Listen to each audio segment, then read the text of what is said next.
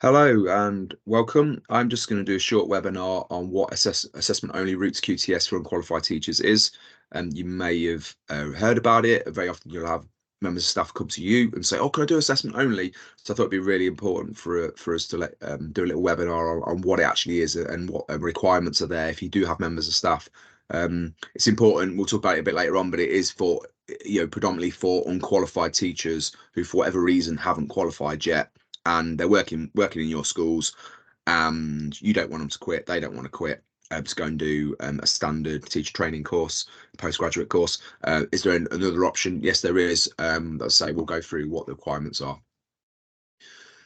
So what is it? So it's for members of staff who have already meeting the teacher standards without the need for any training. So if they needed training, and there'd be another, route, PGCE led route with the university or a skit or whatever it might be. So there are lots of other routes out there, but this is predominantly for those who are already working for you and are already meeting teacher standards. It just so happens they've not got QTS yet. They don't need any further training.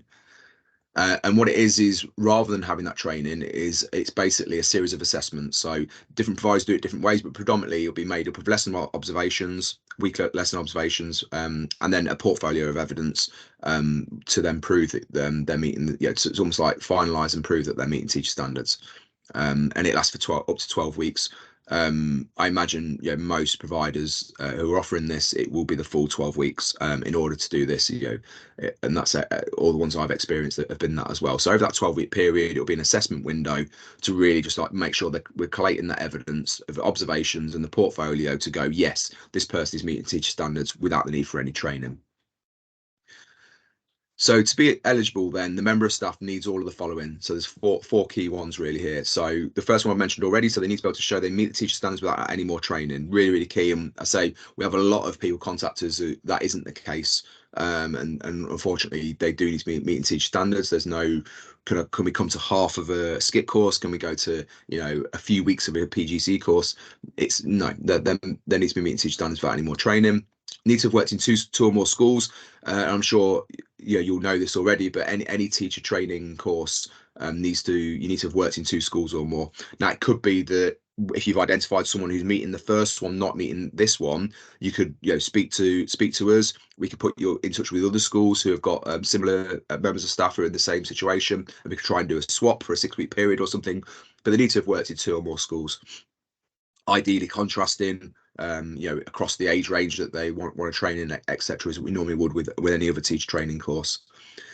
As any other teacher training course, they do need a degree or obviously equivalency if they've not got an English degree, and they still need those GCSEs as well. So that's grade 4 or a C grade in English and maths, and if it's for primary schools, they need science as well. So those last three requirements for all teacher training courses, it's the first one really that's the big difference. So again, the question we get asked quite a lot is, are teaching assistants eligible? The DFE, this is taken from the DFE guidance, but it's unlikely they'll have the experience required, given that thing that they need to be meeting teacher standards already, which in a way means that they need to have been teaching. So the other little thing that is a requirement for providers as well is those exceptional cases where it is a teaching assistant, not an unqualified teacher.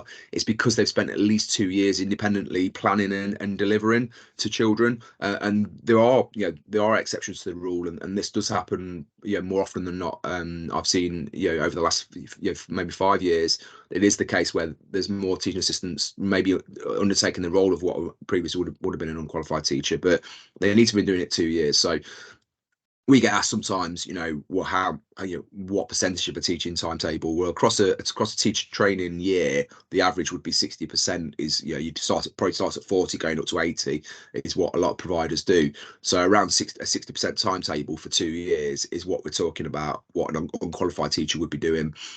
So likewise, a teaching assistant would have done that. So cover supervisors aren't independently planning. They're planning. They're delivering someone else's plans. So it wouldn't necessarily be the same thing. So it needs to be someone who is meeting this criteria as well. So just a few names there. So there's 8 who are on the Getting to Teaching website who offer the route locally. There's the link there.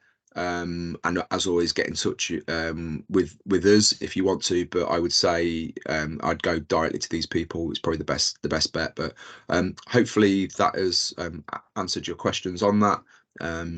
any other questions, get in touch, and hope to see you soon. Thanks.